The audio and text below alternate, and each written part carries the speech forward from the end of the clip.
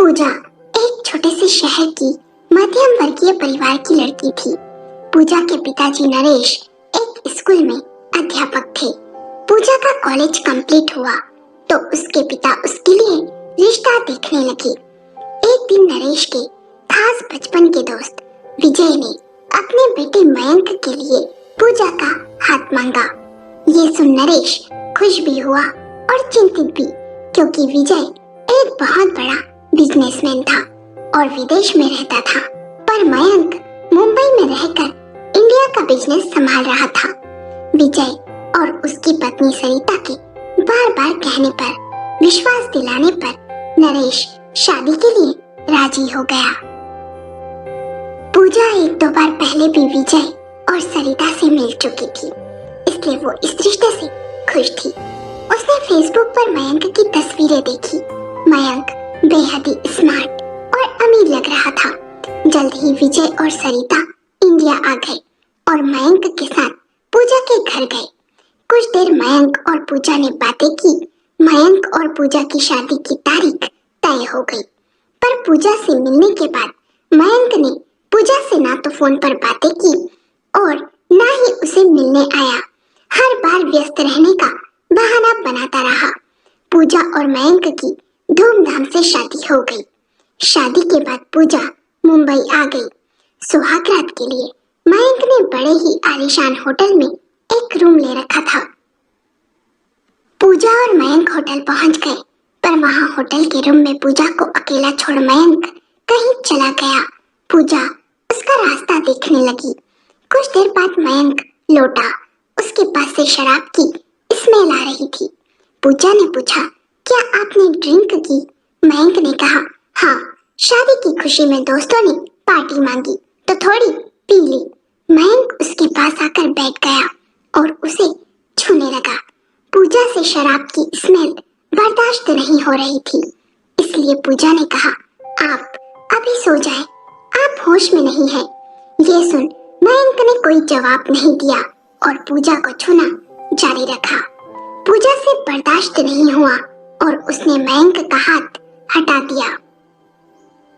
इस पर मयंक को गुस्सा आया और वो जबरदस्ती करने लगा। फिर कुछ देर बाद मयंक गुस्से में कमरे से बाहर चला गया। मयंक के जाने के बाद पूजा उदास सी बैठी रही, आंसू बहाती रही। पूरी रात सो न सकी। सोचने लगी, किसी से कह भी नहीं सकती सुहाग रात की पीड़ा के बारे में कि उसके पति ने उसके साथ बलात्कार किया। सुबह 6 बजे के आसपास आहट हुई। देखा तो मयंक आ गया था। आकर वो पूजा के पास बैठा और बोला, सॉरी, मुझे कल रात ऐसा व्यवहार नहीं करना चाहिए था। वो नशे में मुझसे ये सब हो गया। तुम ये बात किसी से मत कहना। चलो रेडी हो जाओ अच्छे से, हम नाश्ता करने नीचे चलते हैं। मयंक की बातें सुन पूजा ने सोचा, शायद कल शराब के नशे में मयंक ने वो सब किया होगा और किसी से ये बात कह भी नहीं सकती मैं। गलती मेरी भी है। मुझे मयंक को नहीं रोकना चाहिए था। अभी नई नई शादी हुई है। मुझे ये सब बातें मम्मी पापा को बताकर परेशान नहीं करना चाहिए। इसलिए पूजा भी अच्छे से साड़ी पहनकर तैयार हो गई। मयंक भी तैयार होकर आ गया। दोनों साथ नाश्ता करने लगे। मयंक ने पूजा से थोड़ी बहुत बातें भी की। फिर कुछ ही देर में सरिता और विजय भी वहां आ गए। बेटे बहू को साथ देख बहुत खुश हुए। कुछ देर बाद वे चारों घर आ गए। मुंबई जैसे बड़े शहर के पॉश इलाके में बड़ा सा फ्लैट कई कीमती सामान से सजा हुआ।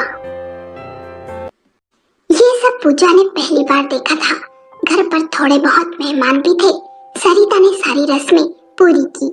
अंगूठी ढूंढने वाले खेल में कई बार मयंक ने पूजा का हाथ भी पकड़ा। पूजा मयंक के व्यवहार को समझ नहीं पा रही थी। रात हो गई। पूजा अपने कमरे में थी। कुछ देर में मयंक भी आ गया। आज मयंक नशे में नहीं था। आते ही पूजा के पास बैठ गया और उसका हाथ पकड़कर बोला, सॉरी, कल रात के लिए जो भी हुआ तुम उसे भूल जाओ। क्या हम अपने नए जीवन की शुरुआत कर सकते हैं? ये सुन पूजा ने हाँ में गर्दन हिलाई। मयंक ने उसे बाहों में भर लिया। उसे हीरो का हार भी गिफ्ट में दिया। उससे कुछ देर बात भी की। फिर कब पूजा और मयंक फिर से एक हो गए, पूजा को पता न चला। पति का प्यार पाकर पूजा कल रात वाली बात भूल गई। अगले दिन पूजा की आंख देर से खुली। पूजा तैयार होकर हॉल में गई। देखा तो मयंक डाइनिंग टेबल पर बैठ नाश्ता कर रहा था। सरिता ने कहा, आओ बैठो बहू, तुम भी नाश्ता कर लो। पूजा नाश्ता करने लगी। तभी सरिता ने कहा, ये अंडा भुर्जी मयंक की पसंदीदा है, खाकर देखो। इतने में मयंक ने भुर्जी का एक कोल पूजा के मुंह में ठूस दिया। पूजा दौड़ते हुए वॉश बेसिन के पास गई और उबकाई आने लगी उसे। ये देख मयंक चिढ़ गया और बोला, मॉम कैसी लड़की है ये। सरिता ने पूजा को पानी दिया। फिर पूजा ने कहा, मैं अंडा नहीं खाती, मुझे उसे छूना तक पसंद नहीं। ये सुन मयंक का मुंह बन गया। मयंक की जीवन शैली के मॉडर्न तौर तरीके देख पूजा थोड़ी घबराई थी, पर 2-3 दिन में वो थोड़ा बहुत मयंक को समझने लगी थी। मयंक को बिजनेस का कुछ काम था और विजय सरिता को विदेश जाना था, इसलिए मयंक ने हनीमून पर जाने का प्लान कुछ दिनों के बाद का बनाया था। 15-20 दिन बहुत ही अच्छे बीते। विजय सरिता विदेश चले गए।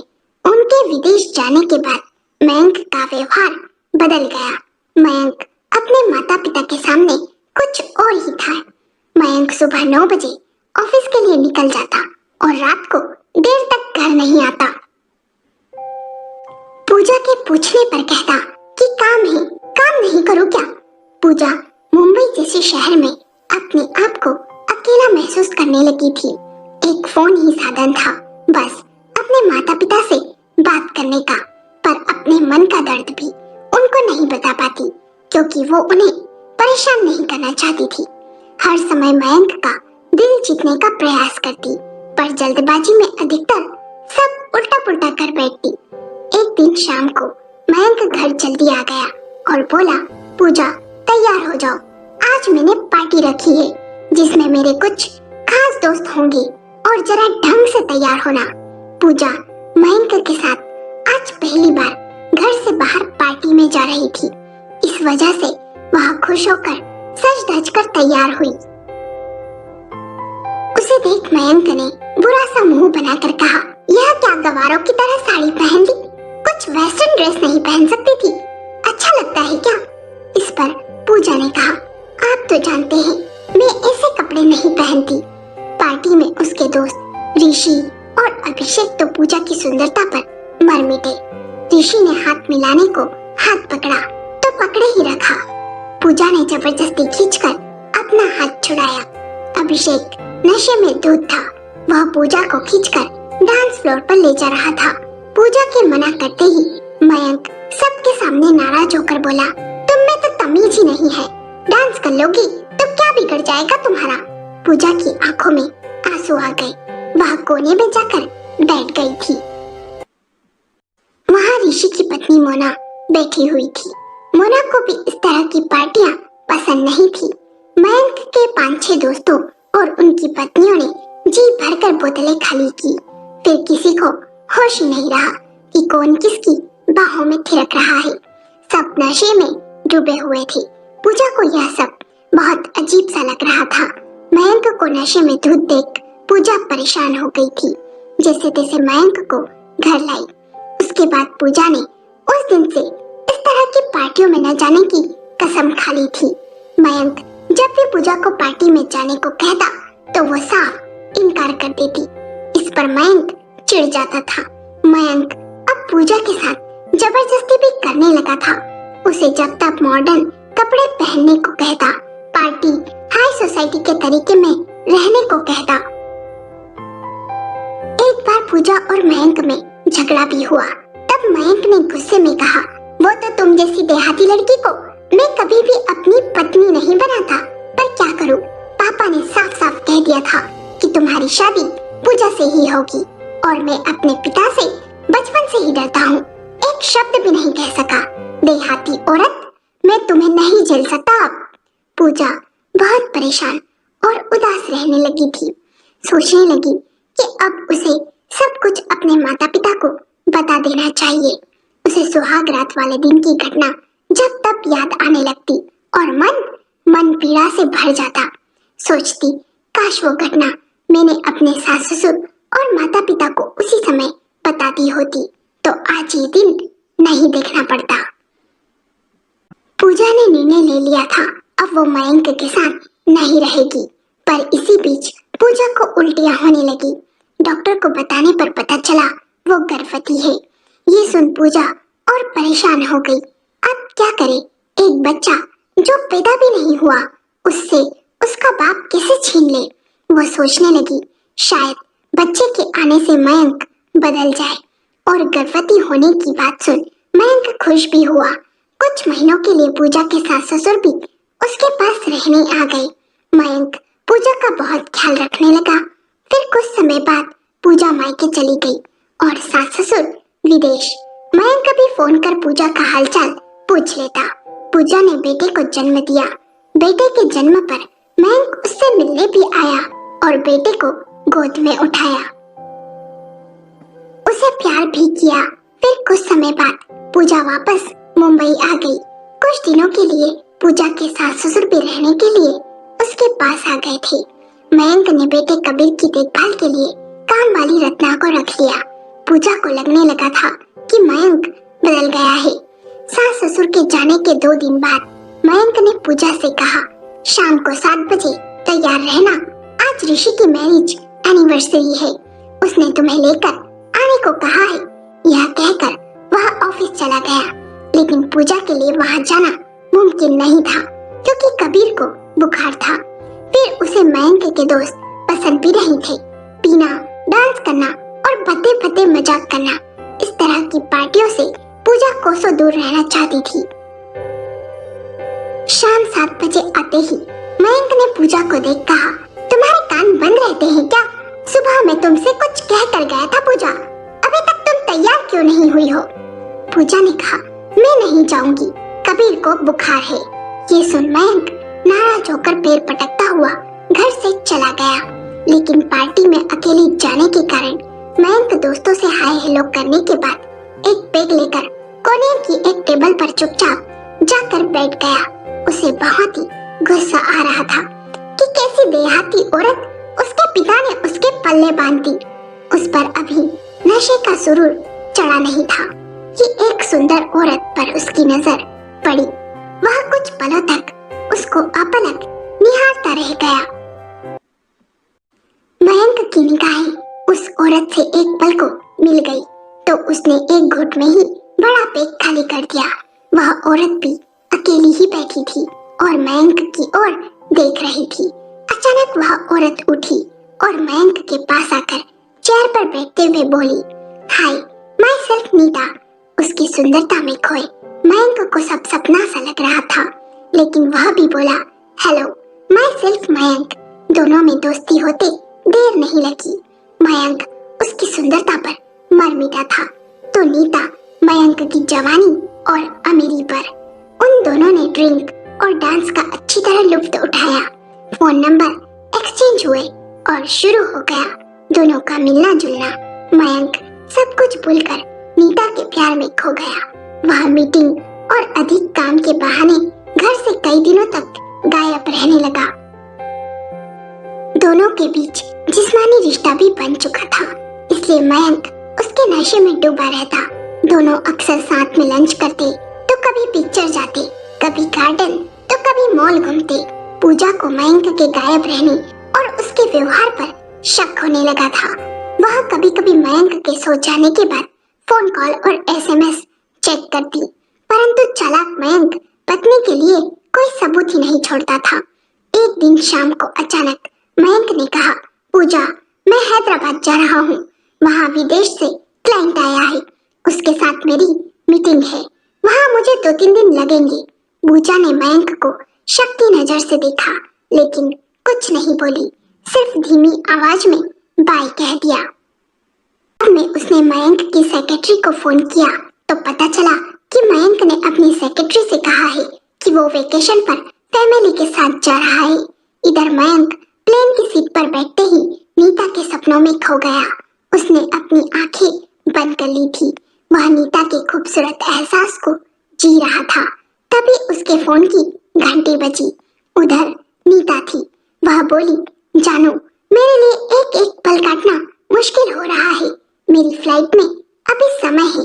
मयंक ने सावधानी बरतने के कारण दोनों की अलग अलग फ्लाइट बुक करवाई थी। कुछ देर बाद दोनों हैदराबाद एयरपोर्ट पर मिले। वहां से दोनों होटल पहुंच गए। नीता ने मयंक से कहा, तुम बहुत अच्छे हो, मैं तुम्हें बहुत प्यार करती हूँ। तुम मुझे यूज करके अपनी पत्नी के पास तो नहीं लौट जाओगे ना? मयंक ने कहा, अरे नहीं नहीं, मैं तो खुद उस देहाती के साथ नहीं रहना चाहता हूँ जिसे ना उठने बैठने पहनने ओढ़ने की तमीज है और ना ही हाई क्लास सोसाइटी में रहने का ढंग। वो तो मैं अपने पिता के कारण उसे झेल रहा हूँ बस। पर अब नहीं, अब तुम आ गई हो मेरी जिंदगी में। मैं जल्द ही उसे तलाक देने की बात अपने माता पिता से करूँगा। ये सुन नीता ने उसे बाहों में भर लिया। फिर कुछ देर बाद एक ब्रेसलेट अपने पर्स में से निकाल कर बोली, डियर, यह ब्रेसलेट मैं तुम्हारे लिए खरीद कर लाई हूँ, जो हर समय हर पल तुम्हें मेरी याद दिलाता रहेगा।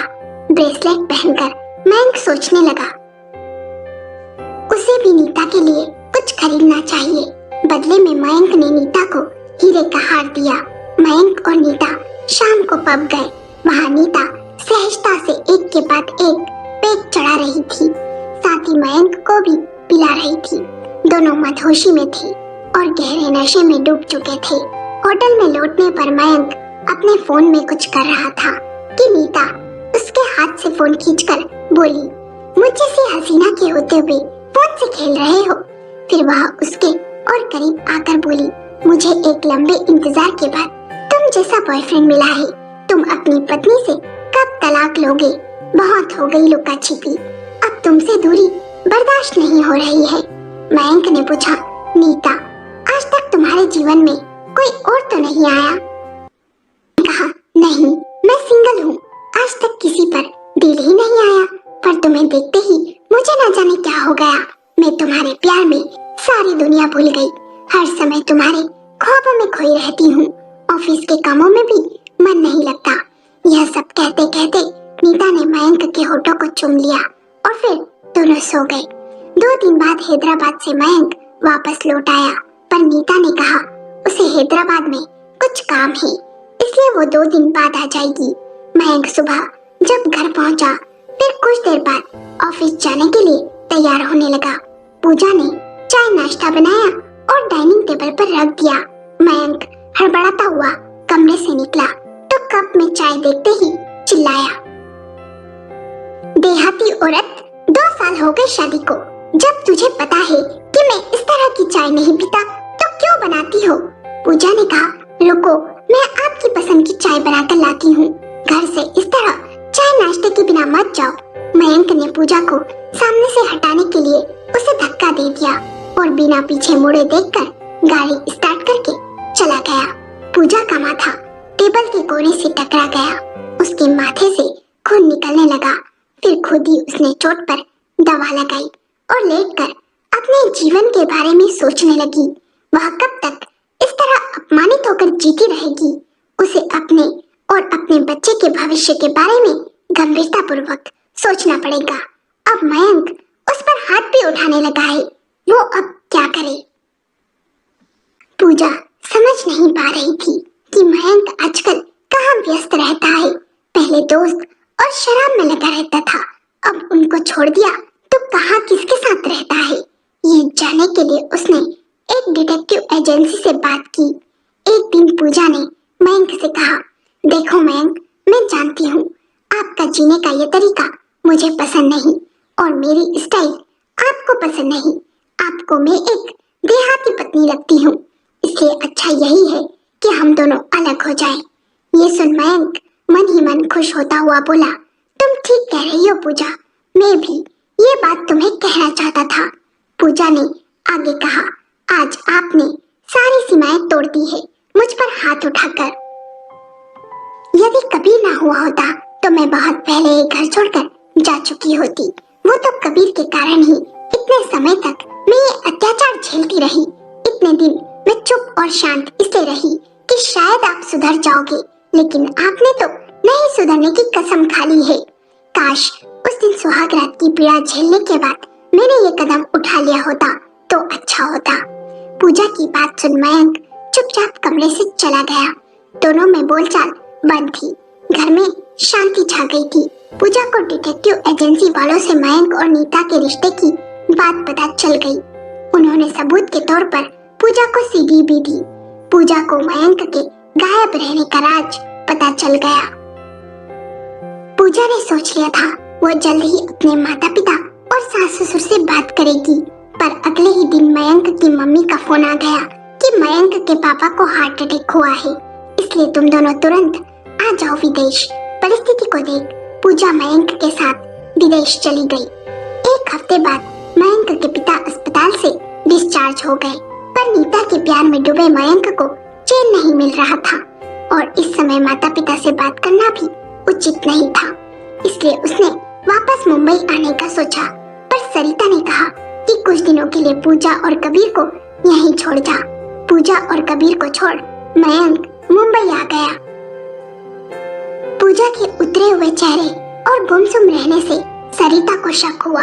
उसने पूजा से पूछा, पूजा तुम्हारे और मयंक के बीच सब ठीक तो है ना?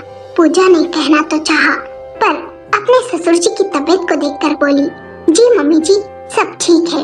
सरिता ने पूछा, पर मयंक तो तुम्हें फोन भी नहीं करता, मुंबई जाने के बाद याद तक नहीं करता। पूजा ने बात बनाते हुए कहा, मयंक काम में बहुत बिजी रहते हैं, इसलिए नहीं कर सके होंगे। सरिता ने कहा, तुम मुझसे कुछ छिपा रही हो पूजा, सच सच कहो, मैं अपने बेटे के स्वभाव को अच्छी तरह जानती हूँ। ये सुन पूजा अपने आप को रोक न पाई तो एकदम से रो पड़ी और बोली, मम्मी जी मैं मयंक से तलाक लेना चाहती हूँ और मयंक भी यही चाहते हैं। मैं उनके साथ अब नहीं निभा सकती। 2 साल मैंने बड़े ही मुश्किल से काटे हैं। प्लीज आप पापा जी से कुछ मत कहिएगा, अभी उनकी तबीयत पूरी तरह से ठीक नहीं हुई है। पूजा ने सुहागरात की पीड़ा से लेकर एक एक बात सरिता को बताई और नीता और मयंक के अफेयर के बारे में भी सब बता दिया। डिटेक्टिव द्वारा दी गई सीडी भी सरिता को दिखाई और पूजा फुट फुट कर रोने लगी। सरिता का दिमाग खराब हो गया और बोली, तुम अब तक ये सब सहती रही, तुम्हें ये सब हमको पहले ही बता देना चाहिए था। मैं मयंक से जल्द ही बात करती हूँ, तुम चुप हो जाओ बहू, मैं और तुम्हारे ससुर जी तुम्हारे साथ है। मयंक के कदम बहक गए हैं तो हम सबको मिलकर ही उसे सही रास्ते पर लाना होगा और तुम्हें मेरा साथ देना होगा पूजा। मेरा यकीन है कि मयंक बहुत जल्द ही तुम्हारे पास होगा। सरिता ने पूजा को इंग्लिश स्पीकिंग और पर्सनालिटी डेवलपमेंट की क्लास ज्वाइन करवा दी। पूजा सुंदर तो थी ही, अब उसकी पर्सनालिटी भी निखर उठी थी क्योंकि पूजा का आत्मविश्वास बढ़ चुका था। सरिता पूजा के बदले हुए व्यक्तित्व से बहुत खुश थी। कुछ दिनों बाद सरिता मयंक के घर मुंबई अकेले ही पहुंच गई। घर पर नीता का सामान देख मयंक से पूछा, बेटा यहाँ तुम्हारे साथ कौन रहता है? सकपकाया सा मयंक बोला, कोई नहीं मॉम, मेरी एक दोस्त किसी काम से यहाँ आई है, उसी का सामान यहाँ वहाँ बिखरा हुआ है, आज ही वो जाने वाली है। सरिता ने कहा, साफ शब्दों में क्यों नहीं कहते कि तुम्हारी गर्लफ्रेंड तुम्हारे साथ रह रही है? वैसे मयंक यह तुमने अच्छा किया कि अपने लिए एक लड़की ढूंढ ली, क्योंकि मैं भी यही सोचती थी कि मेरा इतना मॉडर्न बेटा कैसे उस देहाती बीबी के साथ रह रहा होगा। ये सुन मयंक ने कहा, माँ सच में पूजा के साथ रहना तो वास्तव में बहुत ही मुश्किल है। पक्की घरेलू और देहाती लड़की है, मैं तो उसके साथ रहना भी नहीं चाहता। वो तो पापा के कारण 2 सालों से उसे झेल रहा हूँ बस। सरिता ने कहा, तो ठीक है, तुम उससे तलाक ले लो। मयंक ने कहा, हाँ मैं मन ही मन यह सोचता तो था, लेकिन हिम्मत ही नहीं हुई। अब आप मेरे फेवर में हैं, तो मैं कल ही वकील से मिलकर बात करूंगा। पर मॉम, पापा से आप ही बात करना। आप पापा के सामने अपने कदम तो पीछे नहीं कर लोगी ना? मुझे पापा से बहुत डर लगता है। सरिता ने कहा, मयंक तुम्हारे पापा को समझाना तो थोड़ा मुश्किल है, क्योंकि पूजा ने उन पर न जाने कौन सा जादू कर रखा है। वे रात दिन पूजा की ही बस तारीफ करते रहते हैं। ठीक है, मैं देखती हूँ, लेकिन अपनी गर्लफ्रेंड से कब मिलवाओगे? मयंक ने कहा। शुभ काम में देरी कैसी मॉम, मैं अभी उसे फोन कर देता हूँ। मयंक ने नीता से बात की, फिर फोन रख कहा, आज नीता बिजी है इसलिए वह नहीं आएगी। सरिता ने पूछा, रात में 10 बजे वह कहाँ बिजी है? मयंक ने कहा, मुझे क्या पता, किसी क्लाइंट के साथ होगी, उसकी मीटिंग होगी। मॉम, हम पर्सनल बातें आपस में डिस्कस नहीं करते। सरिता ने कहा, फिर तो वह अमीर लड़की होगी। मयंक ने कहा, नहीं, अमीर तो नहीं, पर उसमें वही सब बातें हैं जो मुझे चाहिए। उसमें अमीरों वाले तौर तरीके, पहनने का ढंग, ये सब है। ये देखो, ये ब्रेसलेट भी उसी ने दिया है, सोने का है मॉम। सरिता ने कहा, वाह, बहुत सुंदर है। पर सरिता ने ब्रेसलेट को उलट पुलट कर देखा और यहाँ वहाँ जरा सा घिस घिस कर देखा। फिर बोली, इस ब्रेसलेट पर तो सोने की पॉलिश भी नहीं है। इसकी कीमत 1000-1500 होगी। चाहो तो तुम इसे ज्वेलर के पास दिखवा लो। ये सुन मयंक ने कहा, रहने दो, नीता ने शायद मुझ पर इम्प्रेशन जमाने के लिए नकली ब्रेसलेट दिया होगा। सरिता ने कहा, असली नकली को पहचाना सीखो मयंक, कब तक यूं तड़क भड़क के पीछे भागते रहोगे? मयंक ने कहा, माँ, नीता बहुत अच्छी है, उसने अब तक शादी भी नहीं की, आप तो इतनी सी बात को लेकर बैठ गई। सरिता ने कहा, अच्छा, ये लो सीडी, इसमें तुम्हारे लिए कुछ है, पहले देख लो। मयंक ने सीडी लगाई। सबसे पहले नीता का फोटो उसके पहले पति के साथ था, जिसमें वह साधारण सी साड़ी में थी। उसका पति एक किराना दुकान वाला था। उसे छोड़कर नीता ने फिर किसी दूसरे आदमी से शादी कर ली। उसका भी फोटो था। फिर किसी अधेड़ रईस के साथ रहने लगी। वह उसके पैसे पर ऐश करती रही। फिर जब उसकी आर्थिक स्थिति खराब हो गई और उसको पैरालिसिस हो गया, तो उसको छोड़कर अब इधर उधर रईस स्मार्ट लड़कों के साथ रोमांस का नाटक कर उन्हें लूट रही थी। नाइट क्लब के कई वीडियो थे जिसमें वह अलग अलग लड़कों के साथ अश्लील डांस कर रही थी। मयंक ने सरिता के हाथ से रिमोट लेकर टीवी बंद कर दी। फिर सरिता ने कहा, पूजा तुमसे तलाक चाहती है।